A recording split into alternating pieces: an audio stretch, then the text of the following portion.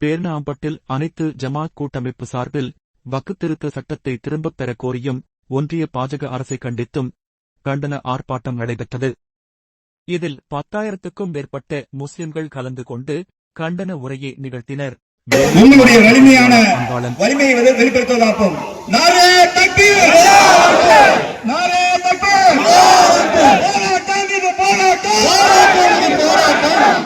அனைத்து ஜமாத் கூட்டமைப்பின் போராட்டம் நள்ளிரவில் நிறைவேற்றினாயே, நயவஞ்சகத்தை வெளியே காட்டினாயே,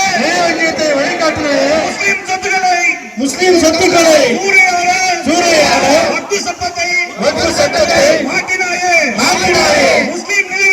முஸ்லிம் நிலங்களை அபகரிக்க பள்ளிவாசல் நிலங்களை பறித்துக் கொள்ள